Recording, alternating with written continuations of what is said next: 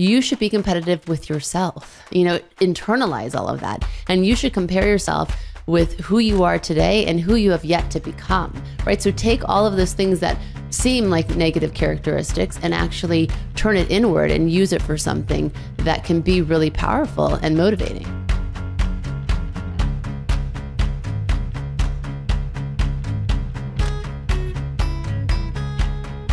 Welcome to Spiritually Hungry, episode 87. Welcome.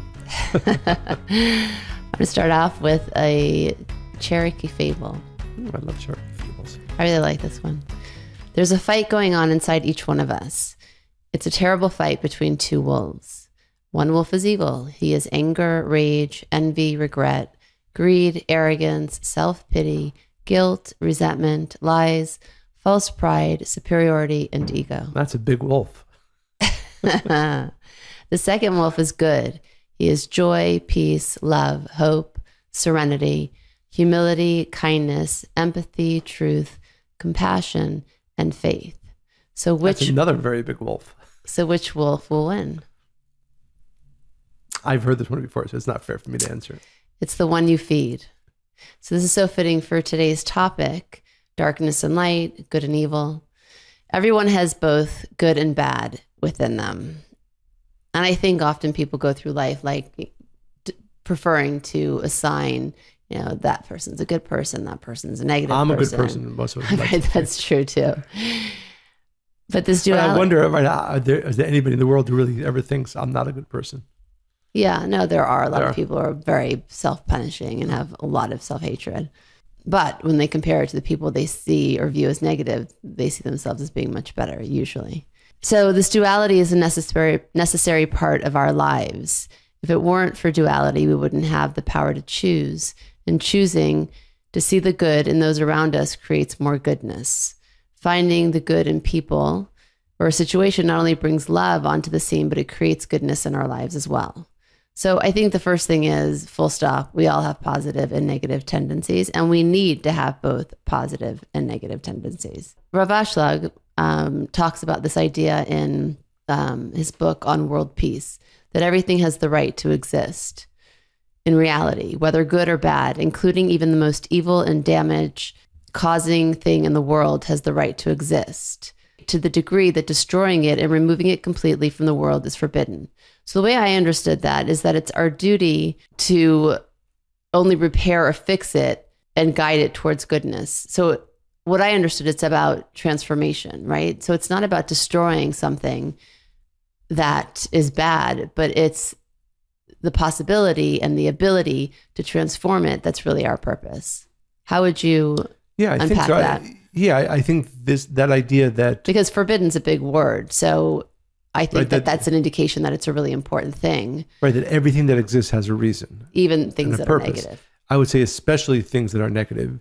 And that when we look inside, and hopefully we do this work of introspection, and we find negative aspects of ourselves, it is not about either being disappointed or upset that we have those tendencies and those qualities, but rather the understanding that we are given them in order to guide them, transform them, but that nothing doesn't have a purpose. And as a matter of fact, the more spiritually developed person is somebody who actually has more to work on, which means more, we'll call them negative traits, that they were able to transform. And if I can, there's a story in the ancient fables where during the time of Moses, and this is of course thousands of years ago, there were no cameras, there was no way to easily depict what somebody looks like.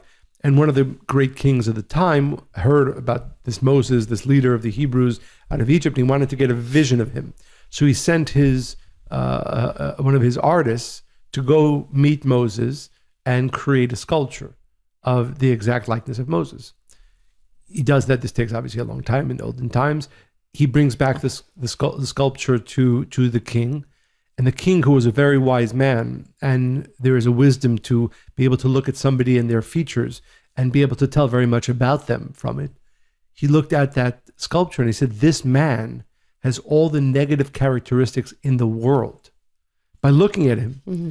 So what does that mean? So the Kabbalists asked the question, most of us assume that, that Moses either looked like a Buddha, sort of this peaceful, fat, sort of meditative guy, or we always would like to assume that if we saw somebody of a spiritual stature, they would be beautiful on the inside, beautiful on the outside. Yeah. And here we're told that Moses actually had all the even physical characteristics of somebody who would externally at least seem to be a very negative person. And the answer they give is the fact that it is true that Moses was born with a tremendous amount of we'll call them negative traits, but that his greatness came not from being pure and perfect, but from transforming all of that negativity into ways to grow and to change. And that's how he became Moses. And I think that's a very... So when he came into the world, he was both unappealing internally and externally? Right. He had the potential to be unappealing internally, right? He had the potential to develop traits of ego, of jealousy, of lust, of all these negative traits. He was born, and therefore his physical body resembled somebody who would grow to be that. He didn't act on it. No, he fought. He fought. But he had the desire. Yes. Yes. And I think that's very human, Moses. And I think this is the point. Yes, all of us have good and bad. All of us have positive, negative. All of us have light and darkness. And it's not about enjoying our light or enjoying our goodness and being proud of that. Actually, real life, real work is to find those dark parts of us and make them light. Find those. As a matter of fact, for example, it says about the sages use an example. If somebody is born with negative traits, he or she must find a way to use that, not just to become a good person and discard negative traits, but rather to find a way to use those for positive. Well, it's so interesting you say that, because it reminds me of two things. One is that light and darkness, good and evil, they're all subject to the laws of gradual evolution. That's really what we're talking about, right? And you would probably fast forward that to not be so gradual. But what do you mean by that?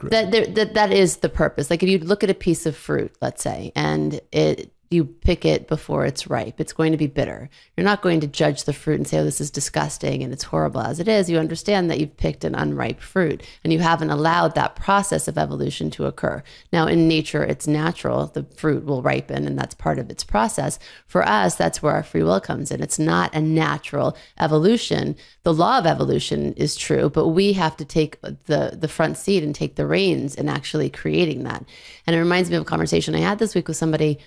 I met with a group of people and we were talking about things that, how our ego comes in the picture and where it comes in and how we can really take charge of that. So, first we broke the ego by admitting our flaws in this big group of 50 people.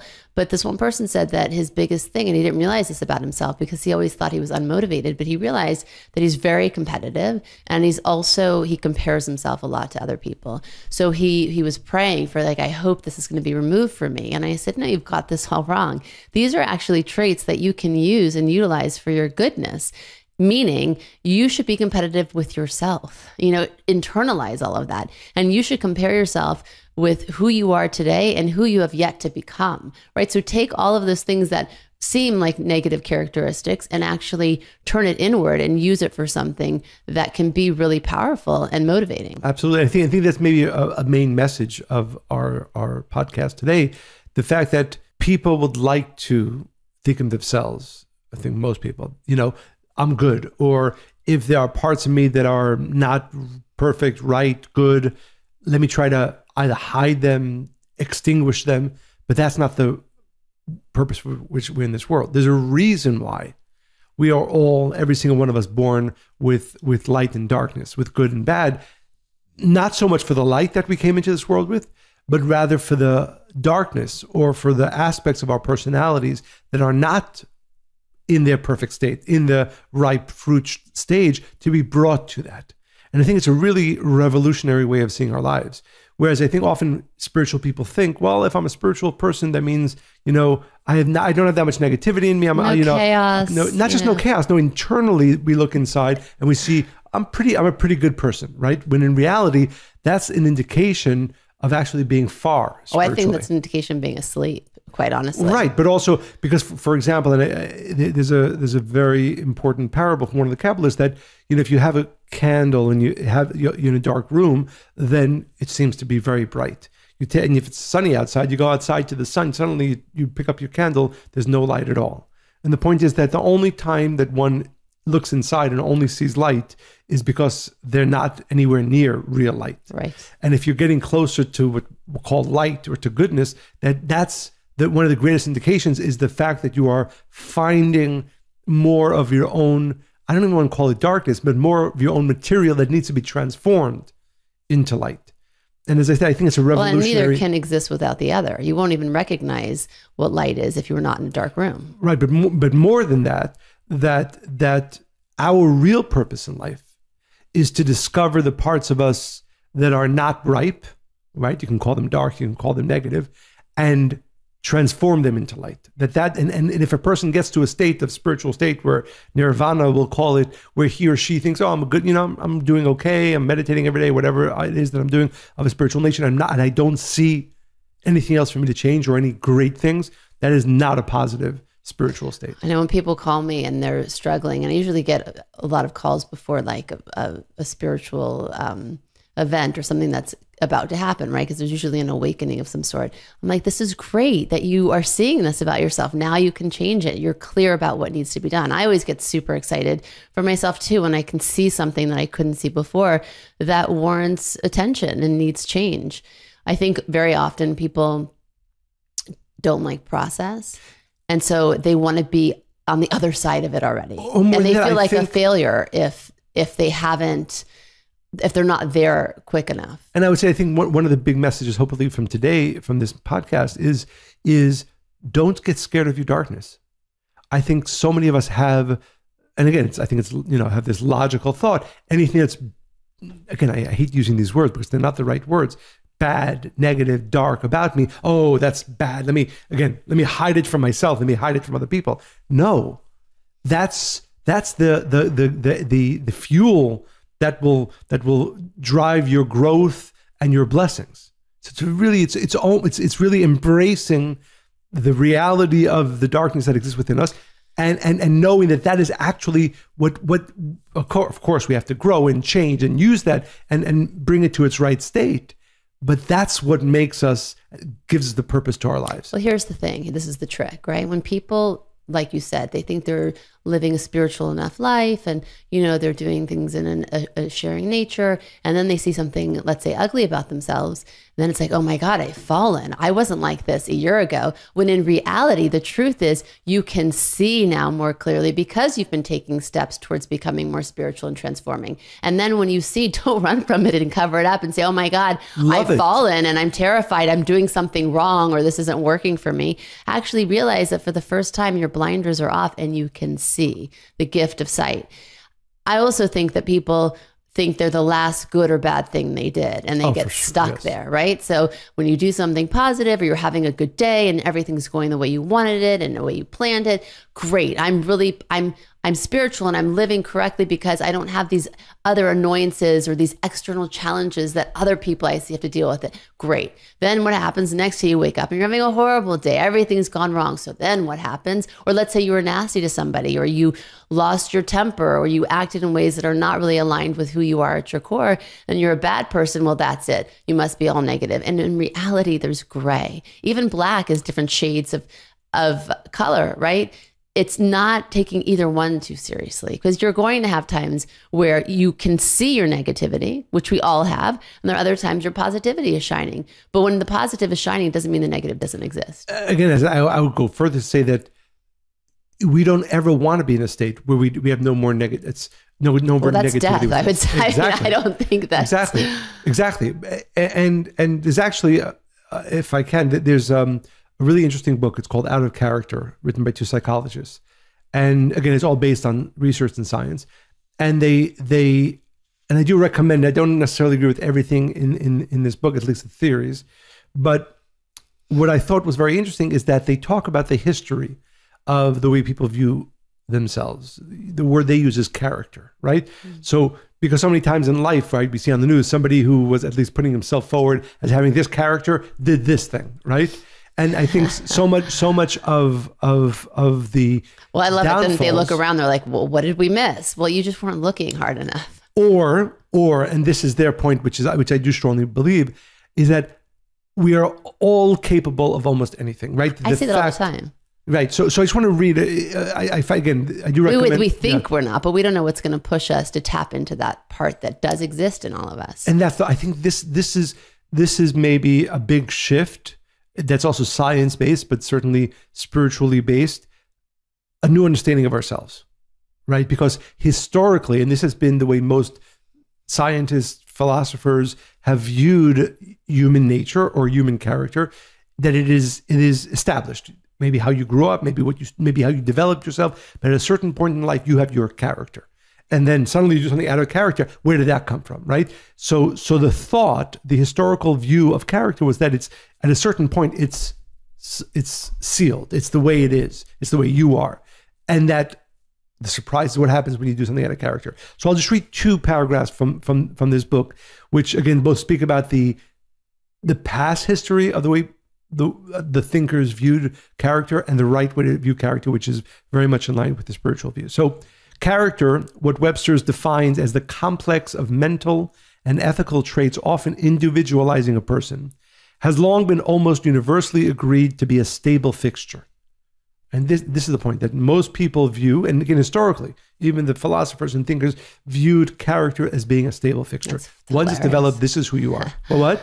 That's funny. Yes.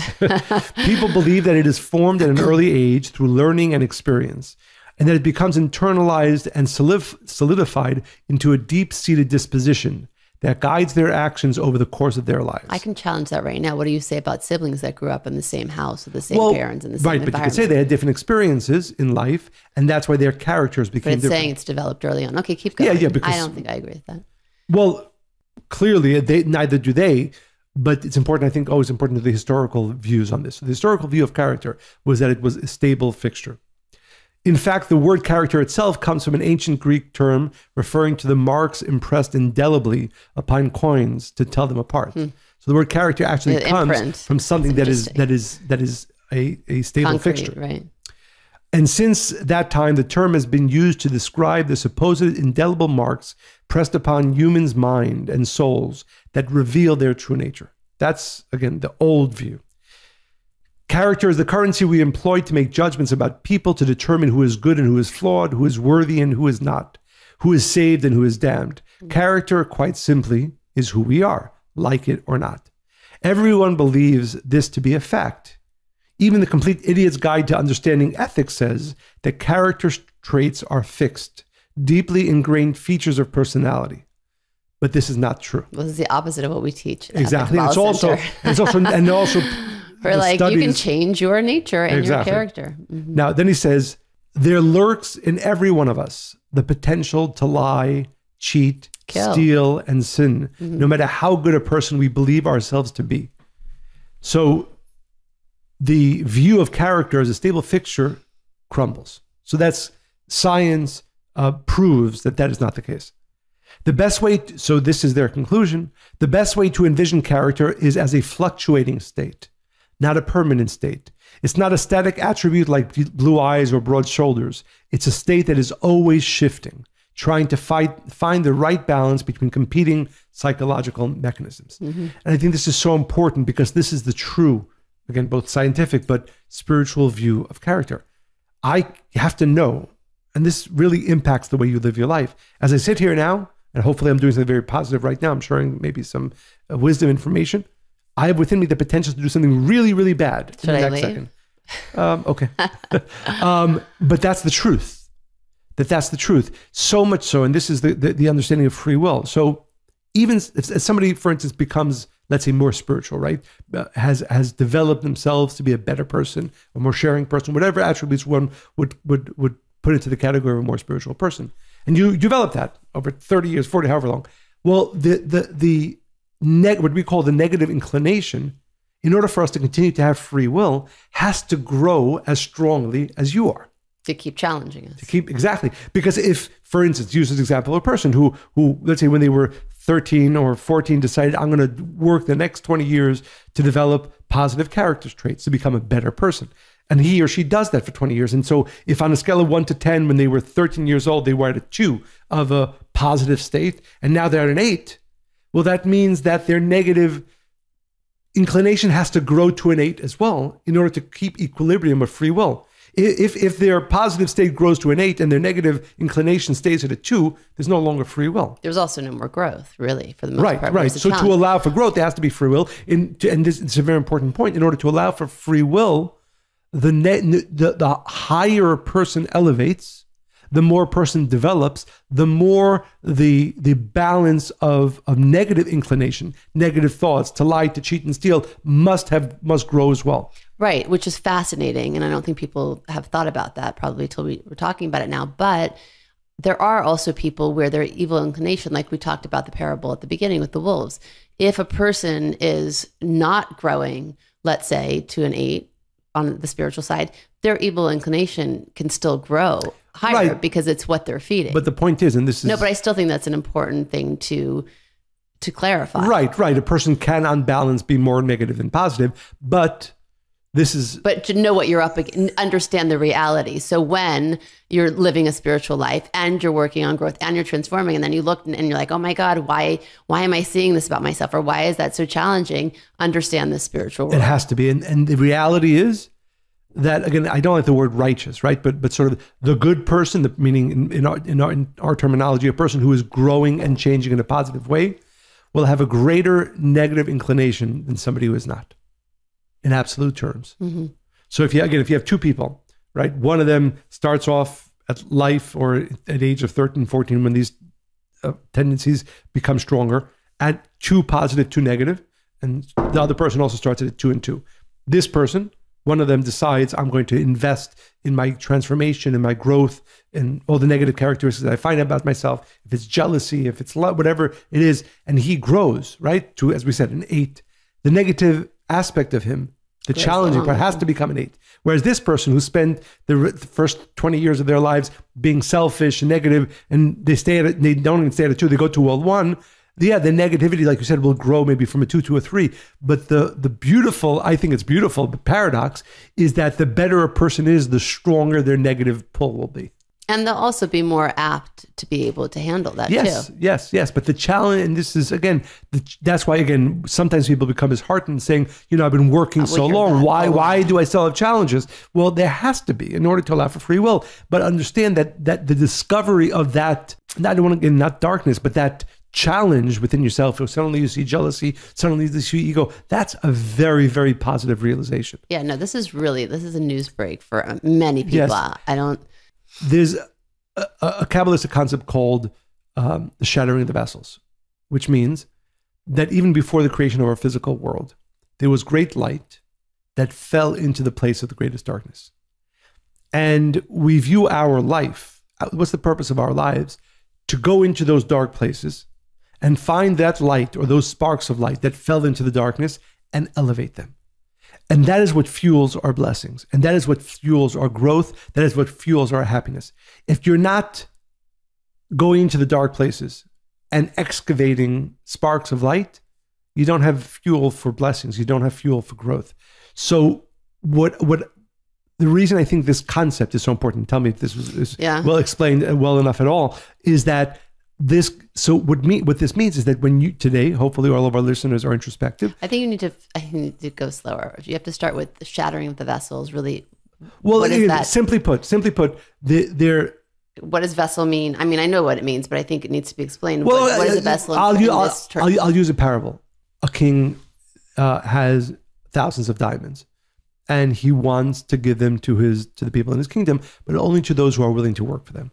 So he tells his servants, his soldiers, to take his thousands of diamonds and dig deep holes all over the palace, outside of the palace, and bury the treasure, bury the diamonds. And then he tells all the people in his kingdom, around my palace, there's diamonds, thousands. You want to become rich?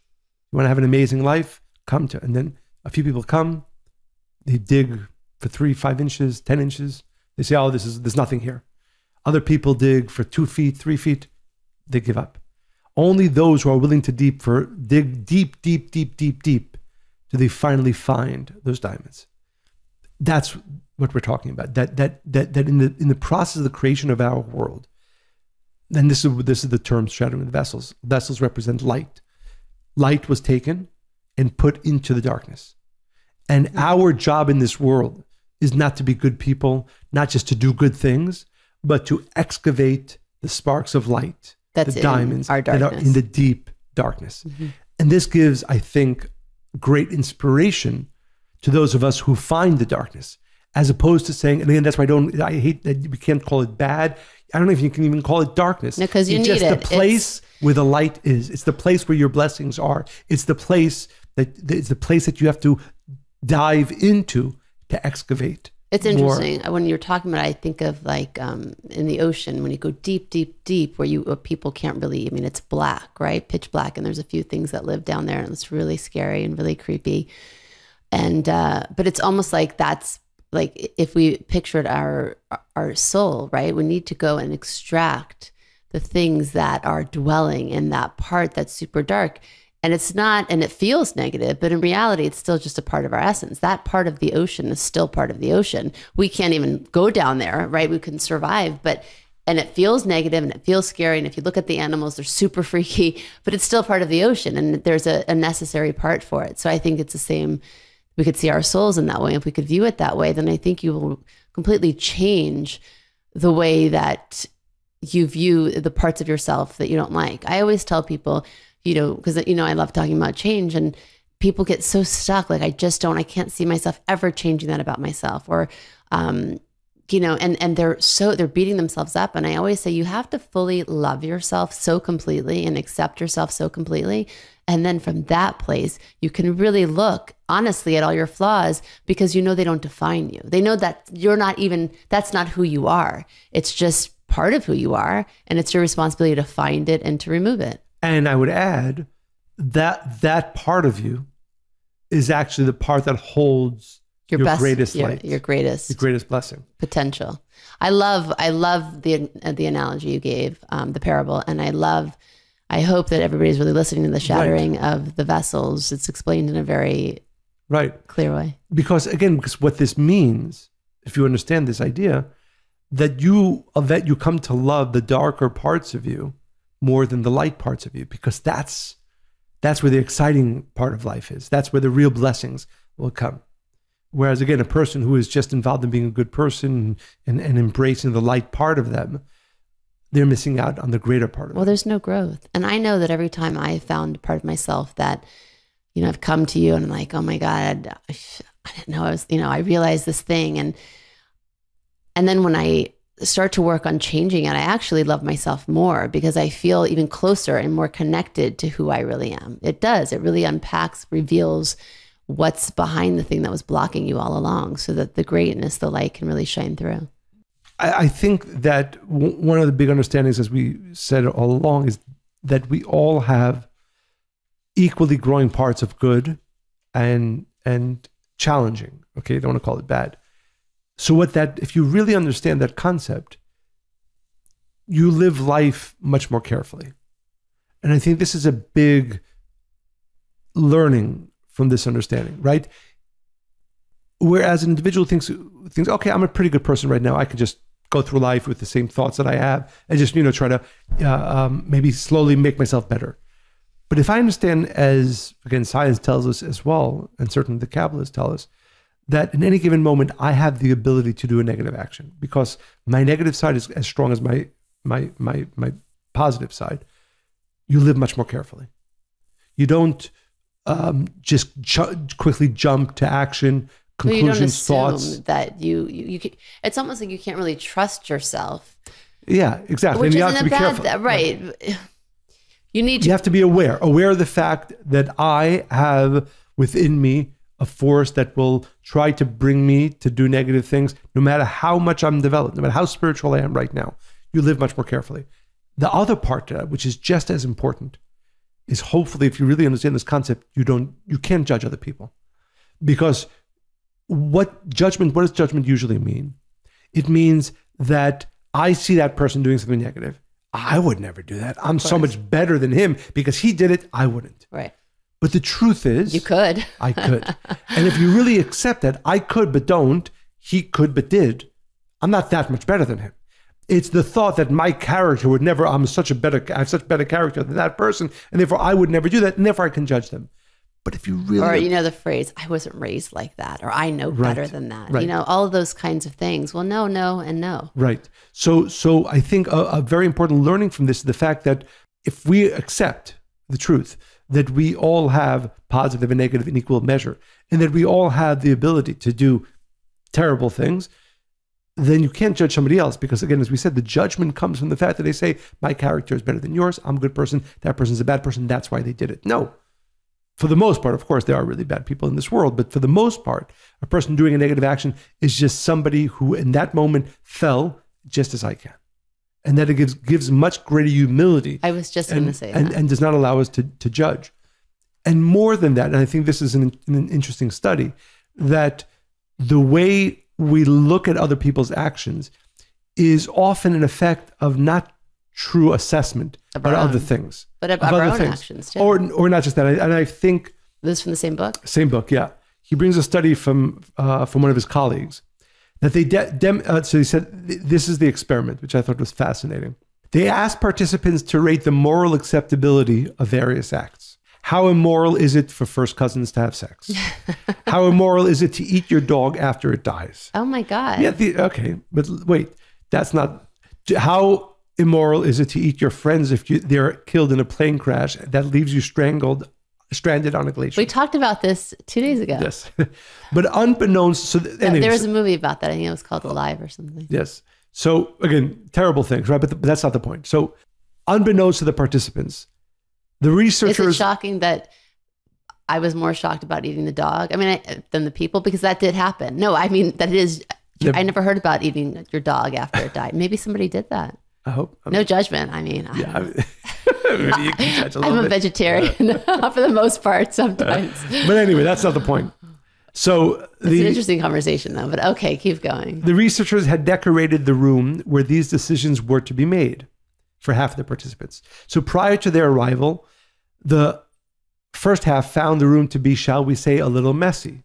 The researchers replaced the clean chairs with stained ones. They replaced new pens with chewed pens. They replaced empty trash cans with filled ones, topped off with dirty tissues. And lo and behold, the participants who made their decisions in the messy room overwhelmingly rated each possible moral transgression as far more reprehensible than did their counterparts in the clean condition. How crazy is that, right? Because we would, again, especially those of us who are more judgmental, but in general, when we judge another person, we like to think, well, I'm objectively judging them. We're never objective. So just to finish off this study, the feelings of disgust generated by the mess primed the intuitive system to be disgusted by whatever happened to next come in. In essence, that feeling of disgust bled over onto the next things that entered consciousness. So when people were asked how they felt about a somewhat tenuous moral action, the answer was already there. It was disgusting, and condemned those actions they did. I love that study because we so underestimate the things that influence us, things from our past. If you see one person, right, and somebody else reminds you of that person, and you think they have all of the same negative qualities, when you have really no idea. You have no idea about the person, no idea about their past, and you have a bias based on opinion about something else. And in this case, they were feeling uncomfortable in the room. It made them now associate and make that decision. It's so interesting. Right. We do that all the time, though. We don't realize it. Of course. And I think this is another aspect of this understanding. That when we talk about the positive and negative aspects that each one of us has, it's not the obvious ones. Of course, there are sometimes obvious ones, and there are sometimes obvious ones that we discover.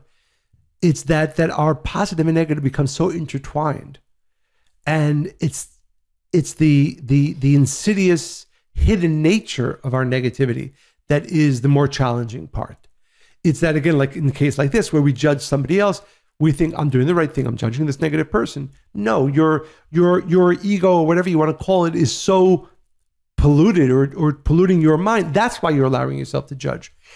And that's again, also why you see what you see. Exactly. And that's why it goes back to what we said before, that when you really accept this concept of the light and darkness that every single one of us has in equal measures all the time, you live much more carefully. You make decisions about yourself much more carefully. And maybe more importantly, you make decisions about others. You judge tremendously less. There's a great Italian Kabbalist. Can I just tell you something? Yeah. When I'm at the gym sometimes, and like a class will come in that just finished, and I was finished before, whatever, and I'm showering. And then they like, sometimes they walk in and there's a lot of gossip. I run out. Like, I don't even want to hear it because I'm like, I don't want to pollute my mind. I don't even know who they're talking about. I don't know. I wasn't in that class, or I was in a different one, but I'm just like, I need to protect my mind and my soul at all costs. That's a very important point. And so for example, so the Zohar uses the parable, the example that every morning that we wake up, there's a positive angel and a negative angel with us. And as your parable of the wolves, the one that is supported throughout the day is the one that gains strength. And that support comes often from our environment. So for example, if you're spending 3 hours with somebody who's negative, then your negative side becomes stronger. So we spoke before about living more carefully. Yeah, exactly. You want to limit the strength that you give to your negative side. By the way, if you speak negatively about other people, you strengthen your negative angel. Any negative environment you put yourself in strengthens your negative angel. And if you understand, again, as we said, that every day we have every day is a battle. Two forces come with us equally. Which one will we feed today? By environment, by actions, by words. That's what's going to push the rest of our day. And we have to be so careful of protecting our environment, protecting our positive angel, giving it strength, as opposed to negative words and negative actions that give strength to our negative angel. And again, be careful not to compare yourself. Well, I'm better than that person, or I'm a good person, or I do good things, or I was just listening, I didn't participate in the conversation. No. All of this adds to you not being able to see clearly, A, and B, you're growing parts of yourself that you really don't want to. Absolutely.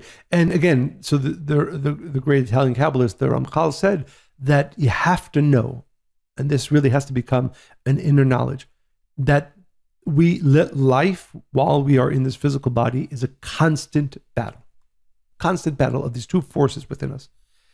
And the only thing that ever changes is the battle line. If you're growing, that just means that you're moving the battle line to more dangerous territory, I would say even. But at least to darker territory, we can say.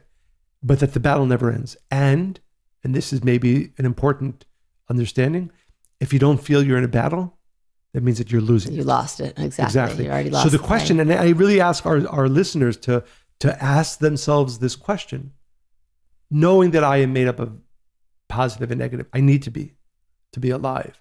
And that today as I woke up, they were in relative equilibrium. Did I feel the battle today? Am I conscious of it? Am I conscious of the need to protect my positive side? And if the answer is no, at least for today, that means I lost the battle. That means that battle line of the never-ending battle of life has moved back into my territory. If you have too many days like that, you're not going to be too excited about the future either. Therefore, this leads us to what I think is a beautiful Kabbalistic concept, that it says that before every action, certainly any significant action that we take, we should view the whole world and ourselves as completely balanced, positive and negative. And if I do a negative action, I have to know that I'm now tilting certainly my own balance, but the whole world's balance. Is that what you're saying? That what action each person does that's on the side of negative then creates? It certainly has a ripple effect on the world. That's definitely a truth.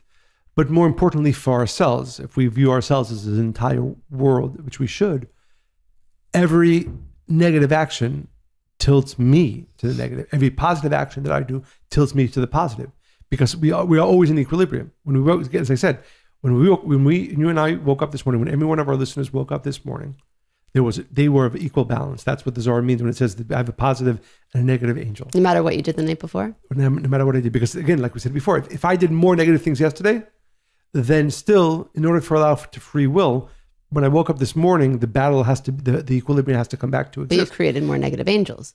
Yes, and we can talk about that. That's yes, but for today's battle, there has to be a balance, right?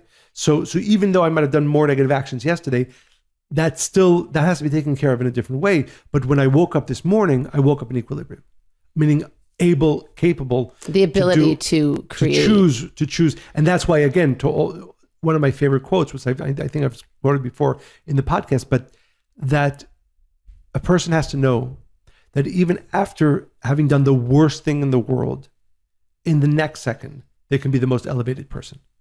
Because, as you said before, we are not the last negative nor last positive thing that we've done. We always come back to equilibrium for the purpose of allowing free will. And from that equilibrium, one action, positive action, tilts me to the positive. One negative action tilts me to the negative. And that is the daily battle. But this is necessary to pause and people really think about that, because people have done really something that they can't even get their head around. Like they have shame or guilt and they stay in that, I did this bad thing and I just can't forgive myself. You know, you're missing the point of life, really. And the same thing, if you do something positive and you think that that's going to get you through the rest of your life, this great thing that you did at one point, or little great things that you do, it's just not enough. It's actually interesting in that book, Out of Character, he says, you know, in what makes the news, somebody who everybody saw as a paragon of something, right, of righteousness, of whatever it is, and they did one negative action. Right. It's over. It destroys their character. Especially in cancel he said, culture. You brought this example, I forget the name of a homeless guy, a drug addicted homeless guy who jumped into a river to save a woman's life, right? No, but that didn't make the news because people have this false view. A very positive person does one negative action, he's now a terrible person. But a terrible person, not terrible, whatever, but a lower person who did one positive is not suddenly the most righteous person in the world. So clearly it's illogical both ways. And that's the point. The point is that we are never the last thing that we've done. And to your point of, and I know often people get stuck in this. Again, another way to view this is that our soul never gets damaged. Our light, our essence never gets damaged. The only thing we ever do, even by doing the worst thing in the world, we cover it.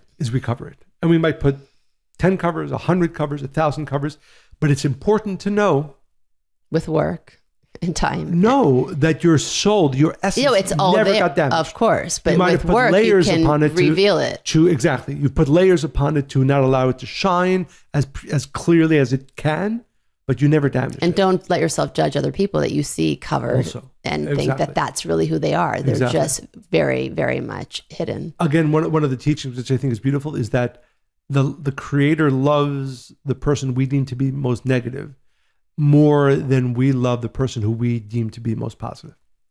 Because of the potential. Because of what they are. And this, again, I think the one of the biggest takeaways that I hope for our listeners from today in this podcast is the understanding of equilibrium, the understanding that no one action, again, makes us what we are, positive or negative, and that the battle continues always.